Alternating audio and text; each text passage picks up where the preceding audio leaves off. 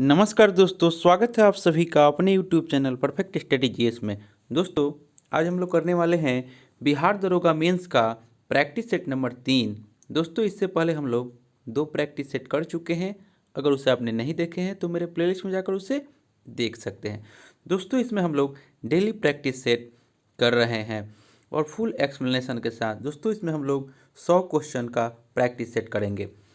दोस्तों, आपसे एक रिक्वेस्ट है कि आप मेरे चैनल पर नए हैं तो प्लीज़ इसे सब्सक्राइब कर लें और इसे लाइक करना ना भूलें और दोस्तों में शेयर करें फेसबुक, व्हाट्सएप, टेलीग्राम के माध्यम से। और दोस्तों, आप कोशिश कीजिए कि कम से कम 2 सेट आप डेली बनाइए, इसलिए कि अभी तो रिजल्ट कुछ ही दिनों में कल या परसों आ जाना चाहिए। तो रिजल्ट आ जा रहा है, लेकिन फिर भी आप लोग कोशिश कीजिए कि 2 सेट बनाएं, क्योंकि आप लोग सेट बनाइएगा तभी आप लोग का जो स्कोर है, आप लोग का मार्क्स है, बढ़ेगा। और अभी जो मेरिट है, अभी देख रहे हैं आप लोग कि मेरिट कितना अधिक जा रहा है। तो आप लोग कोशिश कीजिए कि प्रैक्टिस ज़्यादा से ज़्यादा कीजिए। और दोस्तों, हम प्रतियोगिता दर्पण का सार संग्रह का हम हर एक मंथ का आपको डेली, मतलब जो कि ऐसे अभी जनवरी हो गया, उसके बाद फरवरी, तो जनवरी का भी पीडी आ गया है और फरवरी भी आ गया है। तो हम जनवरी पहले लेकर के आएंगे, उसके बाद फरवरी, उसके बाद आपको पीछे 2021 का जनवरी से लेकर के दिसंबर तक सार संग्रह को हम आप लोगों को लेकर के आएंगे। क्योंकि अभी पीटी का जो एग्ज़ाम हुआ था, बिहार दरोगा पीटी का, उसमें सार संग्रह से बहुत क्वेश्चन जो था वो सार संग्रह से ही दिया हुआ था। तो हम कोशिश करेंगे कि आप लोग को सार संग्रह भी कंप्लीट करा दें, क्योंकि आप लोग को मेंस के एग्ज़ाम में बहुत बेनिफिट फ़ायदा उससे मिले। तो चलिए दोस्तों, स्टार्ट करते हैं।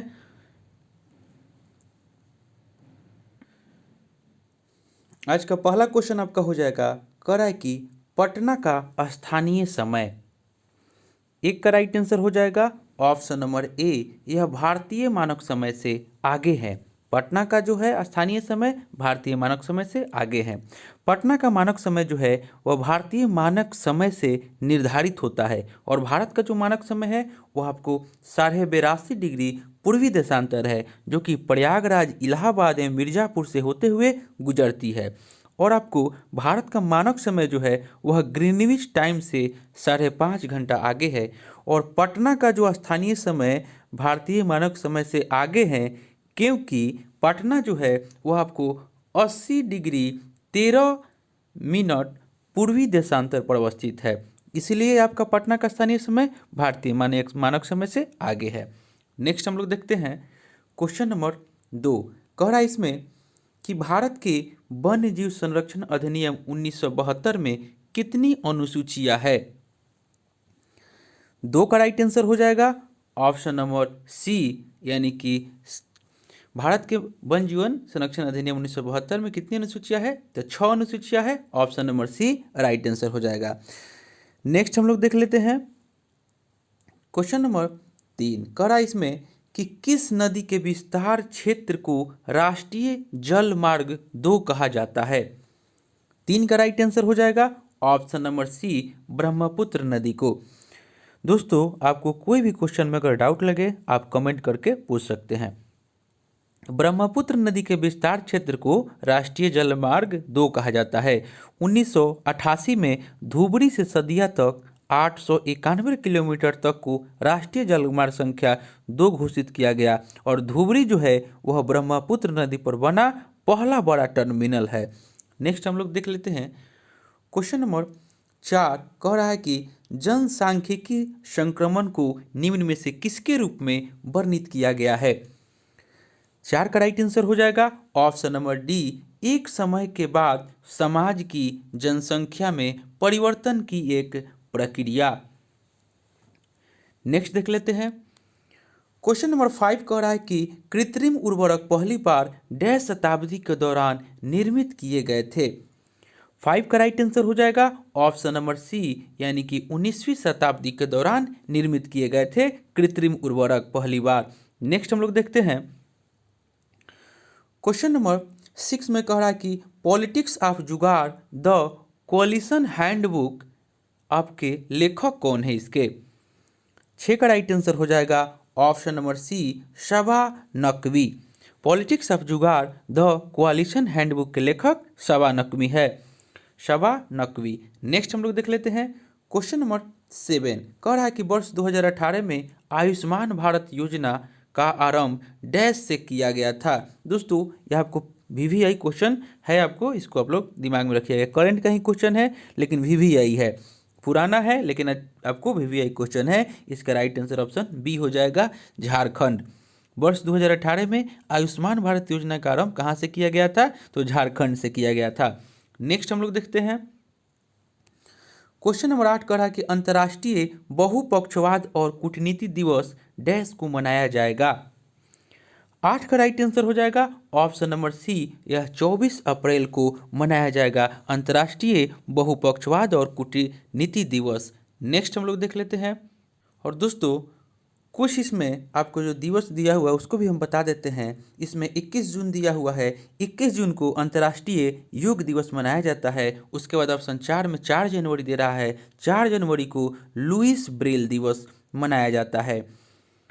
और ऑप्शन नंबर बी में दे रहा है 3 मई, 3 मई को विश्व प्रेस स्वतंत्रता दिवस मनाया जाता है। नेक्स्ट हम लोग देख लेते हैं क्वेश्चन नंबर 9 कह रहा है कि चर्च ईसाइयों से उसी तरह संबंधित है जिस तरह सिनागोग डैश से संबंधित है। 9 का राइट आंसर हो जाएगा ऑप्शन नंबर 1, यह आपको यहूदियों से संबंधित है। चर्च जो है वह ईसाइयों से संबंधित है, तो सिनागोग जो है वह आपको यहूदियों से संबंधित है। ऑप्शन नंबर ए राइट आंसर हो जाएगा।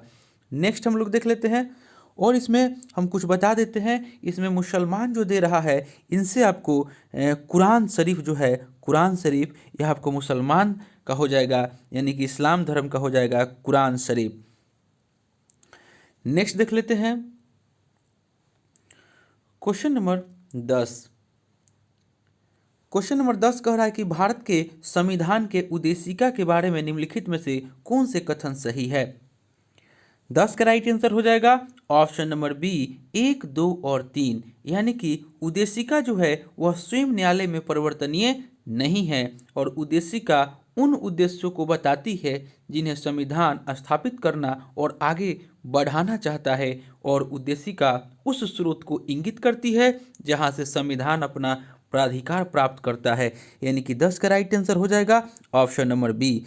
और एक चीज़ आप लोग जान लीजिए कि 13 दिसंबर 1946 को पंडित जवाहरलाल नेहरू ने प्रस्तावना संविधान में पेश किया था और 22 जनवरी 1947 को संविधान सभा ने इसे स्वीकार कर लिया था। इसको भी आप लोग याद रखिएगा। और उद्देशिका जो है, उद्देशिका की भाषा जो है वह आपको ऑस्ट्रेलिया के संविधान से लिया गया है। नेक्स्ट देख लेते हैं क्वेश्चन नंबर 11। इसमें आपको मिलान करना है सूची 1 को सूची 2 से। हड़प्पा संस्कृति की बस्ती है और नदी है जिस पर वह अवस्थित है। 11 का राइट आंसर हो जाएगा ऑप्शन नंबर बी। हड़प्पा जो है वह आपको रावी नदी के तट पे स्थित है। उसके बाद कालीबंगा जो है वह घग्गर नदी के तट पर है। लोथल जो है वह भोगवा नदी के तट पर है और रोपड़ जो है वह सतलज नदी के तट पर अवस्थित है। तो यानी कि 11 का राइट आंसर हो जाएगा ऑप्शन नंबर बी। नेक्स्ट देख लेते हैं क्वेश्चन नंबर 12 में कह रहा है कि संकल्प पारित किया गया कि विधि के समक्ष जाति, वंश या स्त्री पुरुष का लिहाज किए बिना समानता होनी चाहिए। 12 का राइट आंसर हो जाएगा ऑप्शन नंबर सी, कराची अधिवेशन 1931। कांग्रेस के कराची अधिवेशन में मौलिक अधिकार और आर्थिक अधिकार से संबंधित प्रस्ताव जो है वह पारित हुआ था और कांग्रेस के कराची अधिवेशन जो है वह सरदार वल्लभ भाई पटेल की अध्यक्षता में हुआ था। नेक्स्ट हम लोग देख लेते हैं क्वेश्चन नंबर 13 में आपको कह रहा है कि जब पानी को 0 डिग्री सेंटीग्रेड से 10 डिग्री सेंटीग्रेड तक गर्म किया जाता है तो इसका आयतन, 13 का राइट आंसर हो जाएगा ऑप्शन नंबर सी, पहले घटता है उसके बाद बढ़ता है। Option number C right answer हो जाएगा। नेक्स्ट हम लोग देख लेते हैं क्वेश्चन नंबर 14 में आपको कह रहा है कि WTO के पहले अफ्रीकी महानिदेशक कौन नियुक्त हुए हैं? 14 का राइट आंसर हो जाएगा ऑप्शन नंबर बी, ओक्रोजो इविला। ओक्रोजो इविला जो है वह WTO के पहले अफ्रीकी महानिदेशक नियुक्त हुए हैं। नेक्स्ट हम लोग देख लेते हैं। क्वेश्चन नंबर 15 कह रहा है कि अधिकांश सरीसृपों में एक डैश होता है। 15 का राइट आंसर हो जाएगा ऑप्शन नंबर ए, 3 कक्षीय हृदय। अधिकांश सरीसृपों में एक 3 कक्षीय हृदय होता है और मगरमच्छ का हृदय जो है वह 4 वेशमी होता है। सरीसृपों के हृदय को आलिंद तथा आंशिक एक रूप में विभाजित एक निलय होता है और इस वर्ग को रेप्टिलिया भी कहा जाता है। नेक्स्ट हम लोग देख लेते हैं। क्वेश्चन नंबर 16 में आपको कह रहा है कि बंग भंग विरोधी स्वदेशी आंदोलन का आरंभ कब हुआ था। 16 का राइट आंसर हो जाएगा ऑप्शन नंबर बी, 7 अगस्त 1905 को। कलकत्ता के टाउन हॉल में विशाल सभा में स्वदेशी आंदोलन प्रस्ताव पारित किया गया और इन सभा में विदेशी वस्तुओं के बहिष्कार का भी प्रस्ताव पारित किया गया। नेक्स्ट हम लोग देख लेते हैं। क्वेश्चन नंबर 17 कह रहा है कि क्रांतिकारियों के एक गुप्त संगठन अभिनव भारत का गठन किसने किया था। 17 का राइट आंसर हो जाएगा option number B, BD Savarkar ने। BD सावरकर, जिन्हें विनायक दामोदर सावरकर के नाम से जाना जाता है, उनके द्वारा स्थापित मित्र मेला ही वर्ष 1904 में एक गुप्त सभा यानी कि अभिनव भारत में परिवर्तित हो गई। नेक्स्ट हम लोग देख लेते हैं। क्वेश्चन नंबर 18 में कह रहा है कि भारत छोड़ो आंदोलन प्रारंभ करने का सर्वाधिक प्रमुख कारण है। 18 का राइट आंसर हो जाएगा ऑप्शन नंबर ए, यानी कि क्रिप्स मिशन की असफलता। भारत छोड़ो आंदोलन प्रारंभ करने का सर्वाधिक प्रमुख कारण जो है वह क्रिप्स मिशन की असफलता है और भारत छोड़ो आंदोलन का कारण था क्रिप्स मिशन की असफलता, दूसरे विश्व युद्ध के कारण परिस्थितियां अत्यधिक गंभीर होना, जिसके कारण तमाम वस्तुओं के दाम में बहुत वृद्धि होना एवं जापान का द्वितीय विश्व युद्ध के समय भारत की ओर बढ़ना। नेक्स्ट हम लोग देख लेते हैं। क्वेश्चन नंबर 19 कह रहा है कि क्रिप्स मिशन किस वर्ष भारत आया। 19 का राइट आंसर हो जाएगा ऑप्शन नंबर डी, 1942 में। क्रिप्स मिशन जो है वो आपको 22 मार्च 1942 को भारत आया था और क्रिप्स मिशन जो है वह 23 मार्च 1942 को दिल्ली पहुंचा था। यह मिशन जो है वह 30 मार्च 1942 को अपनी योजना प्रस्तुत किया था और गांधी जी ने क्रिप्स मिशन योजना के बारे में कहा कि यह एक आगे की तारीख का चेक था जिसका बैंक नष्ट होने वाला था। क्रिप्स प्रस्ताव जो है वह क्रिप्स प्रस्ताव को कांग्रेस से मुस्लिम लीग ने अस्वीकार कर दिया था। ये भी आपको क्वेश्चन पूछता है कि क्रिप्स प्रस्ताव को किसने अस्वीकार किया था, तो कांग्रेस और मुस्लिम लीग ने। नेक्स्ट हम लोग देखते हैं क्वेश्चन नंबर 20 में कह रहा है कि भारत में पहला फैक्ट्री कानून किस वर्ष बना। 20 का राइट आंसर हो जाएगा ऑप्शन नंबर सी, 1881 ईस्वी में। भारत में पहला फैक्ट्री कानून 1881 ईस्वी में लाया गया था और लॉर्ड रिपन के काल में प्रथम फैक्ट्री एक्ट लाया गया। कारखाना अधिनियम 1881 ऐसे कारखानों पर लागू किया गया था जहां श्रमिकों की संख्या कम से कम 100 थी और इस एक्ट के द्वारा 7 वर्ष से कम आयु के बच्चों को काम करने से प्रतिबंधित किया गया था। दोस्तों, आपको वीडियो अच्छा लगे तो ज़रूर आप लाइक करें और कमेंट करके बताएं कि आपका स्कोर कितना आ रहा है। नेक्स्ट हम लोग देख लेते हैं। क्वेश्चन नंबर 21 में आपको कह रहा है कि सोमोफाइट्स उत्पन्न होते हैं। 21 का राइट आंसर हो जाएगा क्वेश्चन नंबर ए, बालू एवं बजरी पर। सोमोफाइट्स जो है बालू एवं बजरी पर उत्पन्न होते हैं। बालू और बजरी पर उत्पन्न होते हैं। नेक्स्ट हम लोग देख लेते हैं क्वेश्चन नंबर 22 में कह रहा है कि अम्ल वर्षा के जनक के रूप में किसे जाना जाता है। 22 का राइट आंसर हो जाएगा option number B, Robert Angus Smith को। अम्ल वर्षा के जनक के रूप में रॉबर्ट एंगस स्मिथ को जाना जाता है। अम्ल वर्षा में जल के साथ SO2 एवं NO2 के मिलने से सल्फ्यूरिक अम्ल H2SO4 एवं नाइट्रिक अम्ल HNO3 का निर्माण करता है। अम्ल वर्षा का तात्पर्य उस वर्षा और कोहरा और हिम से है जिसमें कार्बन डाइऑक्साइड के अतिरिक्त सल्फर डाइऑक्साइड और नाइट्रोजन के ऑक्साइड घुले होते हैं। नेक्स्ट क्वेश्चन हम लोग देखते हैं। क्वेश्चन नंबर 23 में आपको कह रहा है कि आम आदमी पार्टी का गठन किस वर्ष में किया गया था। 23 का राइट आंसर हो जाएगा ऑप्शन नंबर सी, 2012 में। नेक्स्ट हम लोग देख लेते हैं क्वेश्चन नंबर 24 कह रहा है कि चिलियावाला युद्ध कब लड़ा गया था। 24 का राइट आंसर हो जाएगा ऑप्शन नंबर सी, 1849 में लड़ा गया था। चिलियावाला युद्ध 1849 ईस्वी में अंग्रेज और सिख के बीच द्वितीय आंग्ल सिख युद्ध के दौरान लड़ा गया था और 29 मार्च 1849 को अंग्रेज ने सिख को ब्रिटिश भारत में विलय कर लिया और इसमें चार्ल्स नेपियर ने महत्वपूर्ण योगदान निभाया था। नेक्स्ट हम लोग देखते हैं क्वेश्चन नंबर 25 में कह रहा है कि कर यानी कि टैक्सेस की कटौती के बाद व्यक्ति के पास उपलब्ध आय को क्या कहते हैं। 25 का राइट आंसर हो जाएगा ऑप्शन नंबर ए, प्रयोग के लिए उपलब्ध आय। नेक्स्ट हम लोग देखते हैं क्वेश्चन नंबर 26 में आपको कह रहा है कि हमारे ग्रह धरती का नाम किस भाषा से उत्पन्न है। 26 का राइट आंसर हो जाएगा ऑप्शन नंबर सी, यह आपको अंग्रेजी भाषा से उत्पन्न है। हमारे ग्रह धरती का नाम जो है अंग्रेजी भाषा से उत्पन्न हुआ है और पृथ्वी की आयु जो है वह 4.6 अरब वर्ष पुरानी मानी जाती है। सूर्य की आयु 500 अरब वर्ष पुराना माना जाता है और पृथ्वी और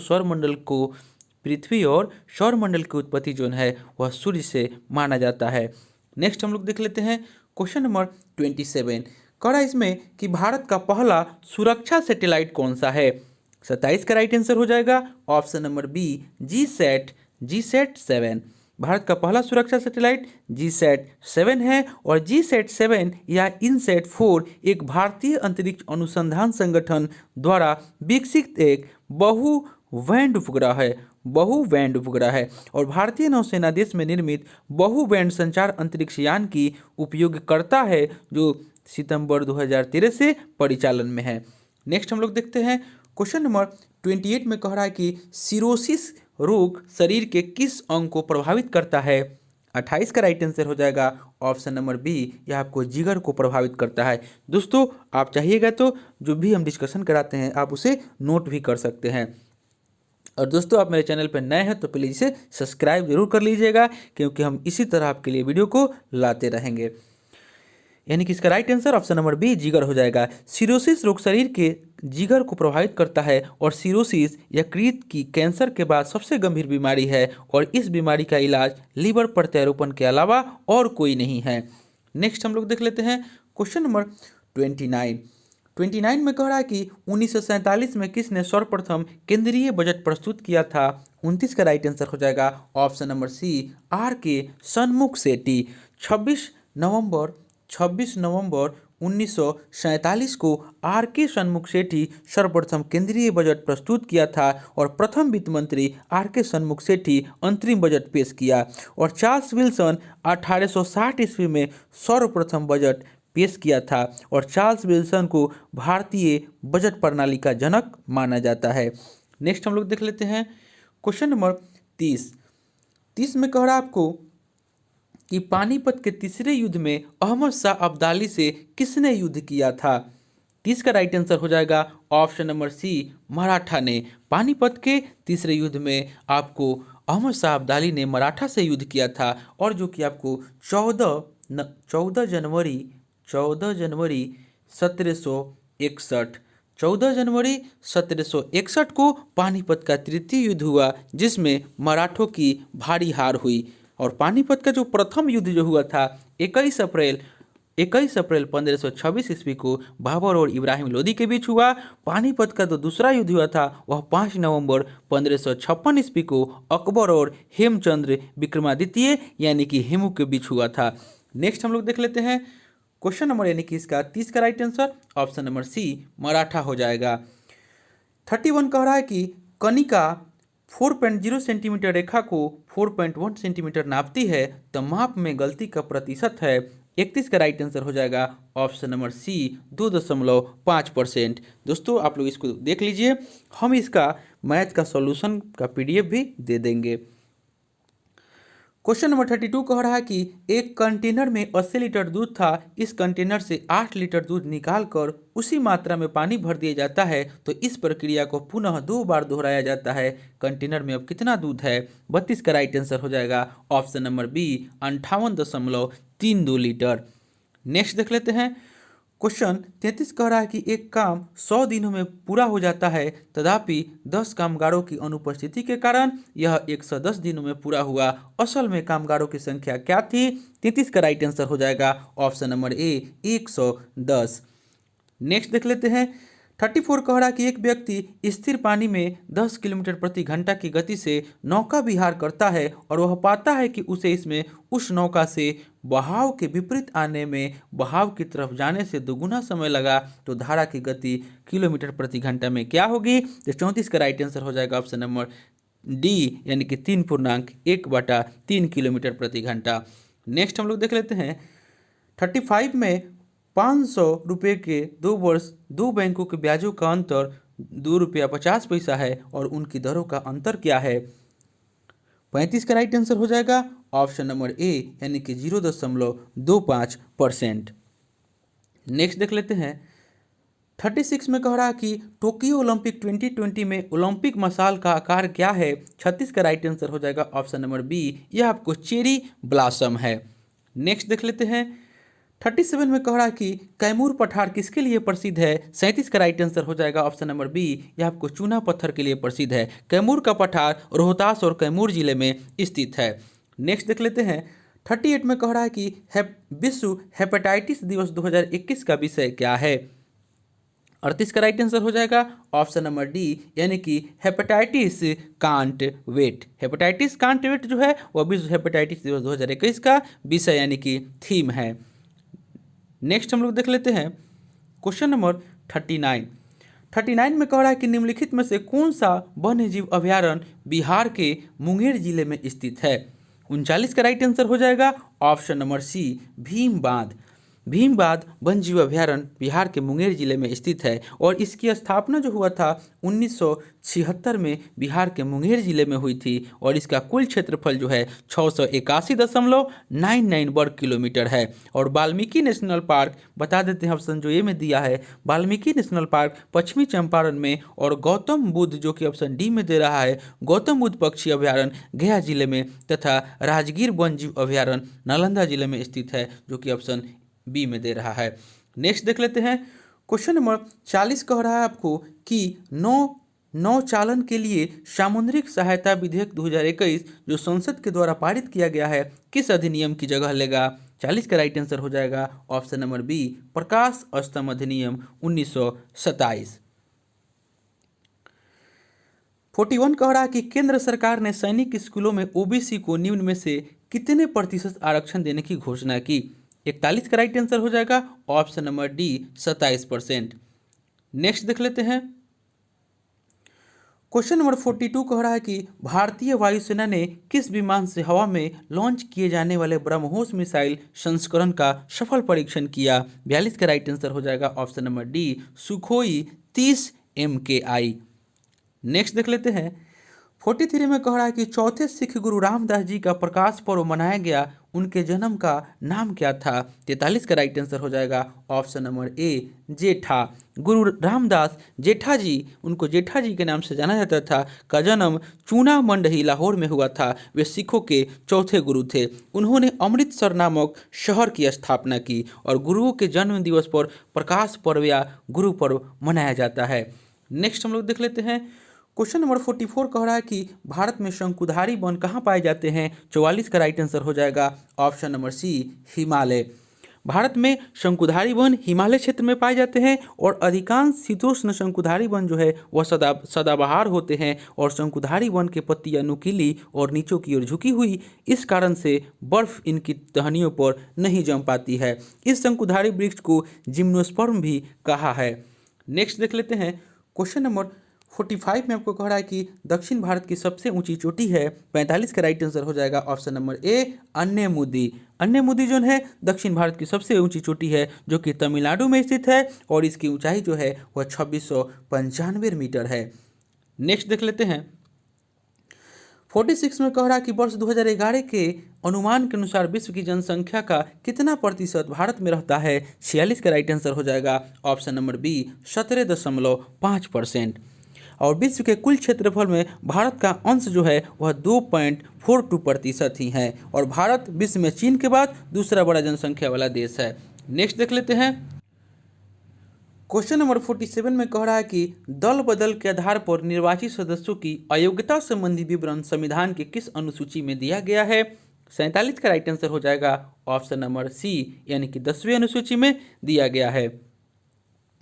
52वें संविधान संशोधन 1985 में राजीव सरकार ने, यानी कि राजीव गांधी की सरकार ने राजनीतिक दल बदल पर अंकुश लगाने का लक्ष्य रखा। इसके अंतर्गत संसद या विधान मंडलों के उन सदस्यों को अयोग्य घोषित कर दिया जाएगा जो उस दल को छोड़ते हैं, जिसके चुनाव चिन्ह पर वह चुनाव लड़ा था। पर यदि किसी दल संसदीय पार्टी 1/3 सदस्य अलग दल बनाना चाहता है तो उन पर अयोग्यता लागू नहीं होती थी। नेक्स्ट हम लोग देख लेते हैं क्वेश्चन नंबर 48 में आपको कह रहा है कि लोकसभा के निर्वाचन क्षेत्रों का सीमा निर्धारण पिछली बार निम्नलिखित में से किस ईस्वी सन में किया गया था। 48 का राइट आंसर हो जाएगा ऑप्शन नंबर बी, 1974 ईस्वी में।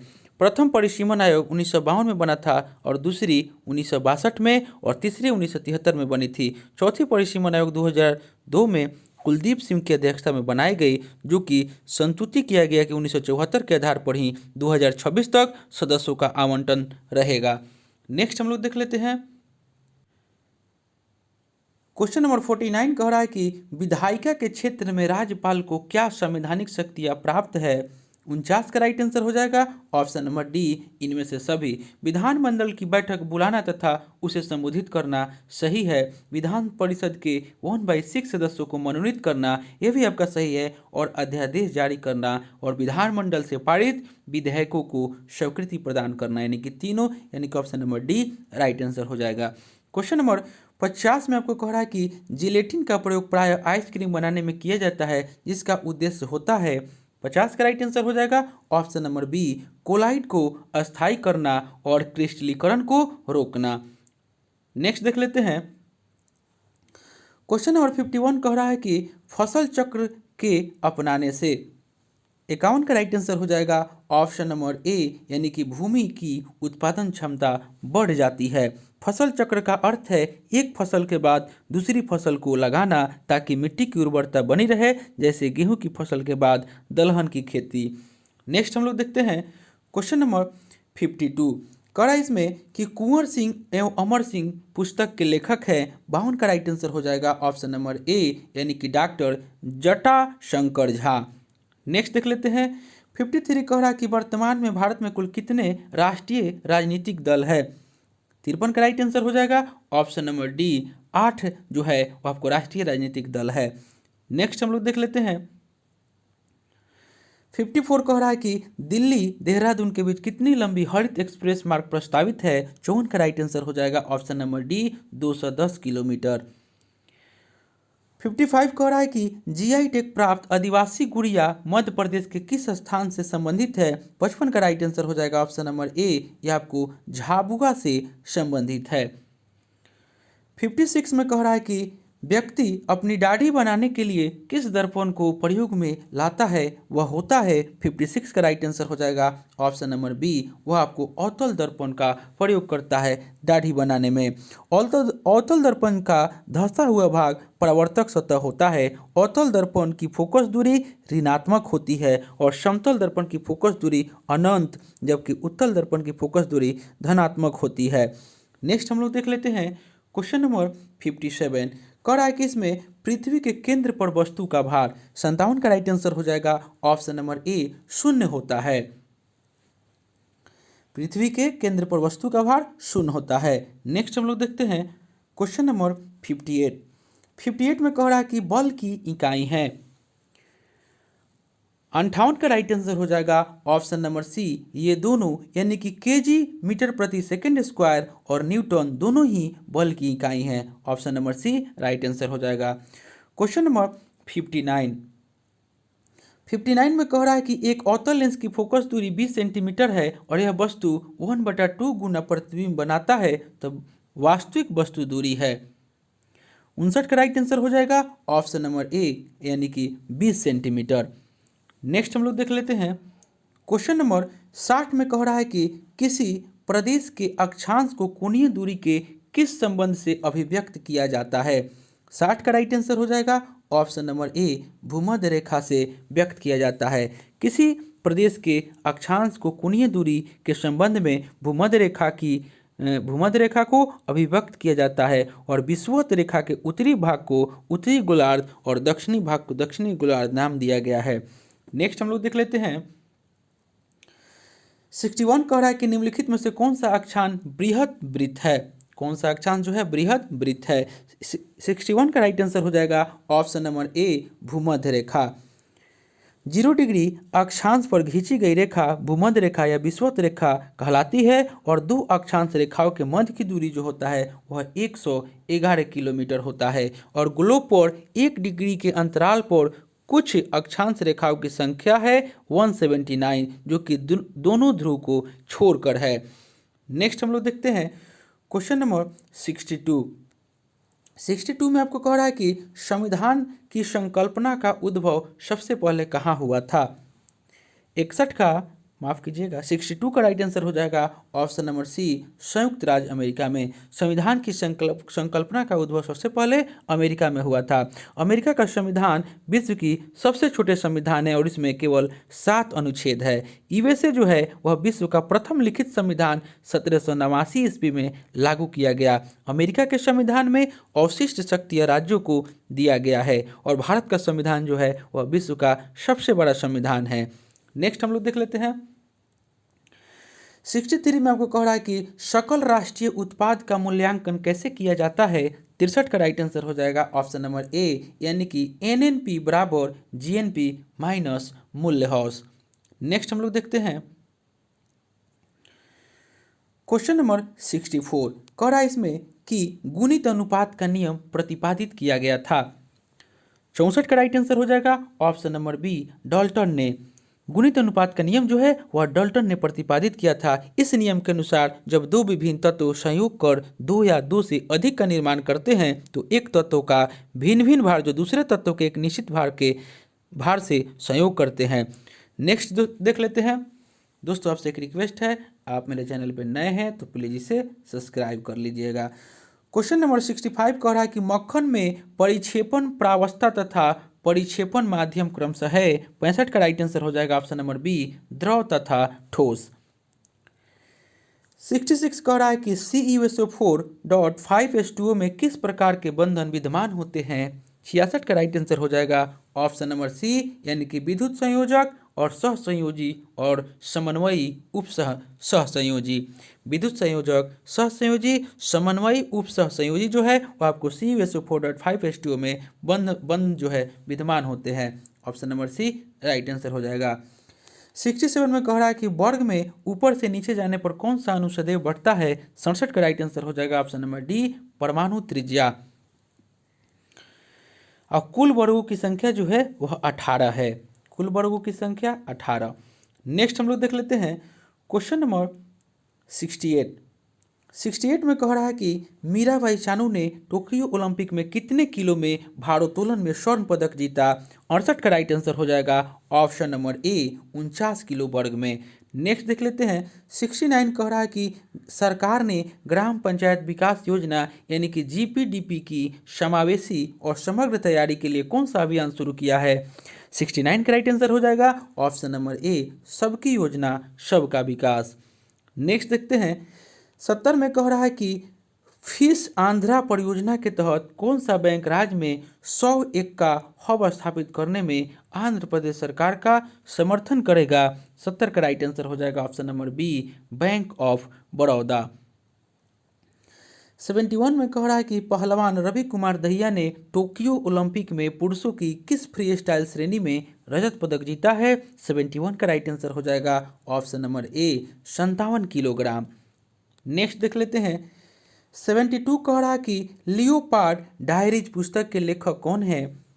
72 का राइट आंसर हो जाएगा option number B Sanjay Gubbi जो है वह लियोपार्ड डायरीज पुस्तक के लेखक हैं। क्वेश्चन नंबर 73 में कह रहा है कि $20 मिलियन खर्च करके ऑर्बिट में 8 दिन गुजारने वाला पहला अंतरिक्ष यात्री निम्नलिखित में से कौन था। 73 का राइट आंसर हो जाएगा option number C Dennis Tito. $20 million खर्च करके ऑर्बिट में 8 दिन गुजारने वाला पहला अंतरिक्ष यात्री जो है यह डेनिस टिटो था। और डेनिस टिटो जो है सोयूज़ DM-32 मिशन में 28 अप्रैल 2001 को शामिल हुए थे। नेक्स्ट हम लोग देख लेते हैं क्वेश्चन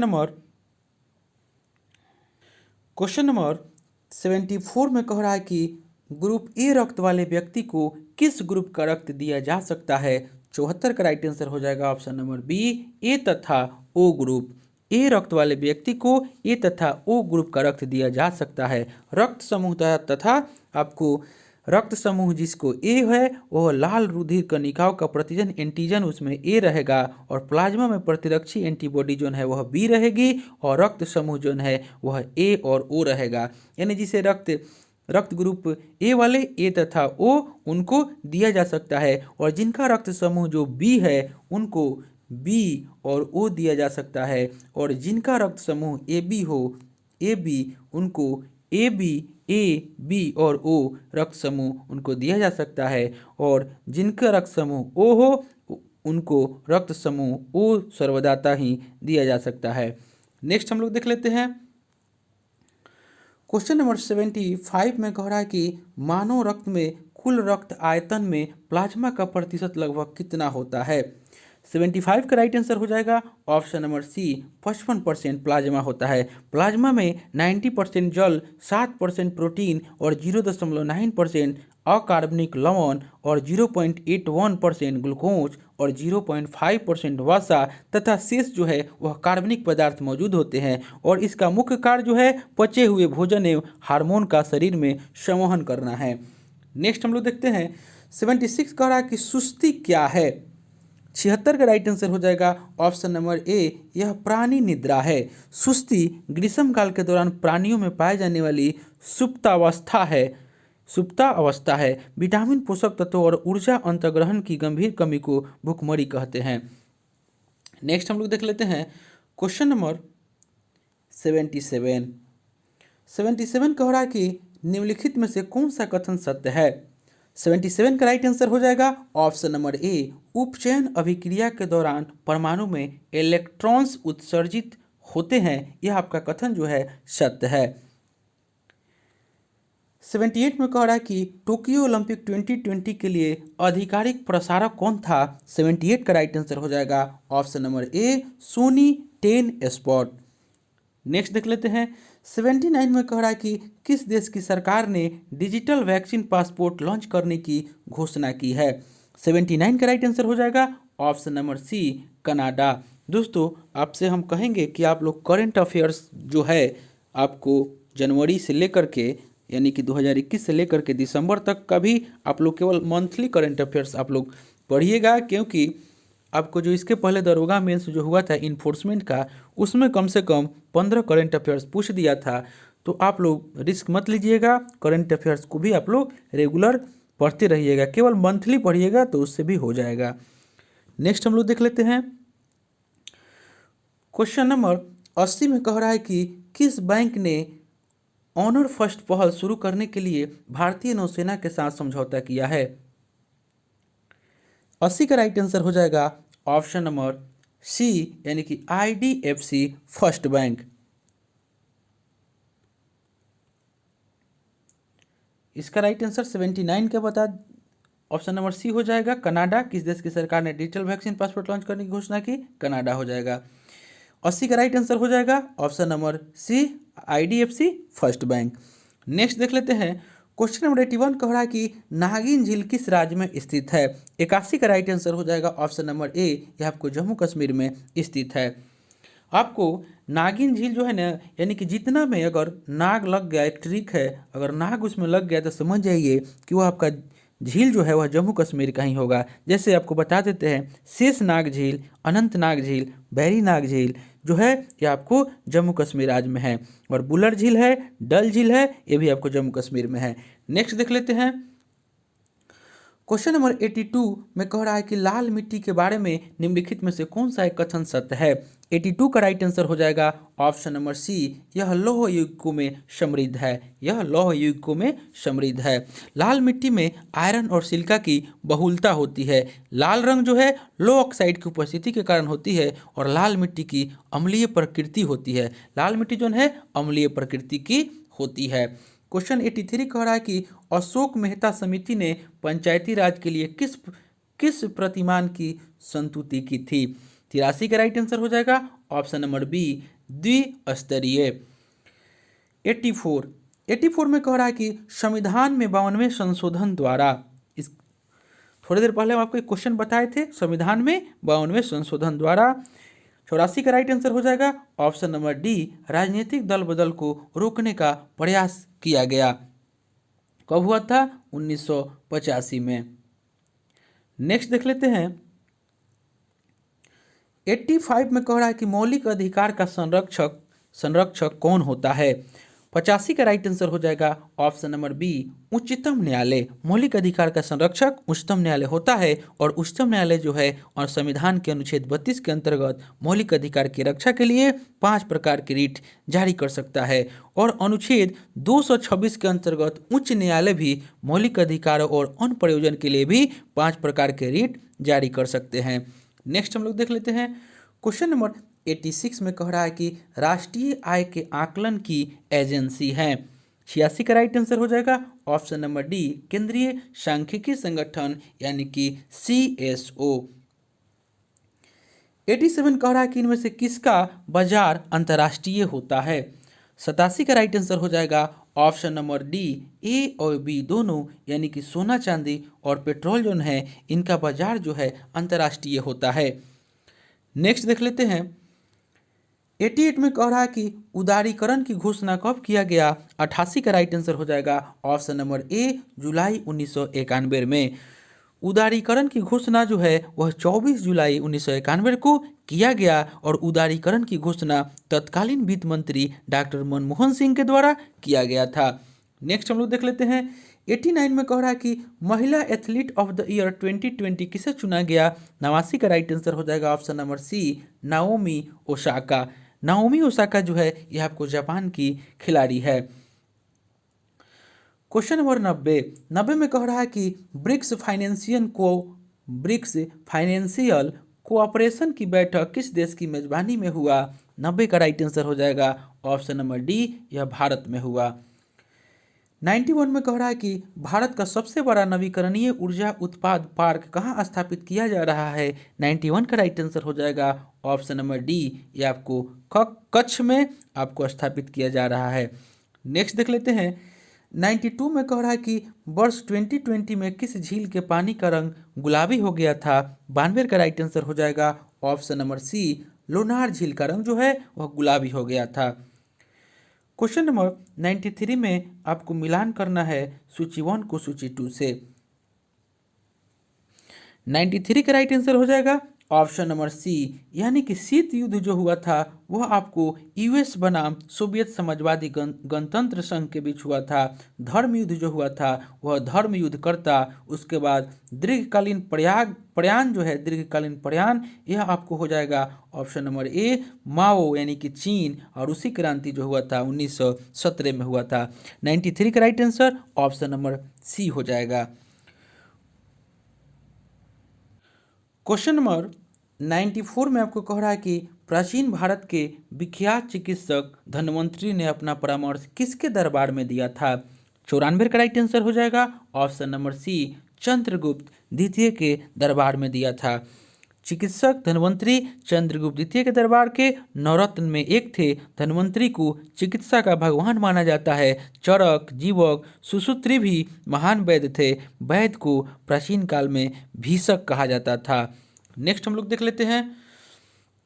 95 में कह रहा है कि सुल्तानपुर वर्ल्ड सेंचुरी स्थित है। 95 का राइट आंसर हो जाएगा ऑप्शन नंबर सी, ये आपको गुरुग्राम में है। 96 में कह रहा है कि भारत और पाकिस्तान के बीच युद्ध विराम रेखा को नियंत्रण रेखा LOC कब परिवर्तित किया गया था। 96 का राइट आंसर हो जाएगा ऑप्शन नंबर बी, सन 1972 में। 97 में कह रहा है कि कैंसर शब्द ग्रीक के कार्सिनोस से व्युत्पन्न हुआ है जिसका अर्थ है 97 का राइट आंसर हो जाएगा ऑप्शन नंबर सी, केकड़ा। कैंसर शब्द ग्रीक के कार्सिनोम से भी उत्पन्न हुआ है, जिसका अर्थ केकड़ा होता है। और कैंसर जो है कोशिका के अनियंत्रित वृद्धि से होता है। 98 में कह रहा है कि निम्नलिखित में से वह कौन सा विकल्प पराश्रयी यानी कि पौधे पैरासिटिक प्लांट का उदाहरण है। 98 का राइट आंसर हो जाएगा ऑप्शन नंबर बी, अमरबेल कसकुट्टा। नेक्स्ट देख लेते हैं। 99 में आपको कह रहा है कि दूध में वसा की मात्रा के अनुकूल की प्रक्रिया को डैश कहा जाता है। 99 का राइट आंसर हो जाएगा ऑप्शन नंबर सी, इसको हम लोग स्टैंडर्डाइजेशन कहा जाता है। नेक्स्ट और अंतिम क्वेश्चन हो जाएगा। 100 में कह रहा है कि निम्नलिखित में से कौन सा पथरी के गठन का कारण नहीं है। 100 का राइट आंसर हो जाएगा ऑप्शन नंबर ए, अधिक पानी पीना। अधिक पानी पीना पथरी बनने का कारण नहीं है। अनियमित दैनिक जीवन एवं अधिक समय तक पेट को खाली रखना, पानी कम पीना आदि पथरी का कारण है। तो दोस्तों यह प्रैक्टिस सेट जो हम लेकर आए थे, यह आपको बिहार दरोगा मेंस का प्रैक्टिस सेट नंबर जो था वह 3 था। इससे पहले दोस्तों हम लोग 2 प्रैक्टिस सेट कर चुके हैं। अगर उसे आपने नहीं देखे हैं तो मेरे प्लेलिस्ट में जाकर उसे देख सकते हैं।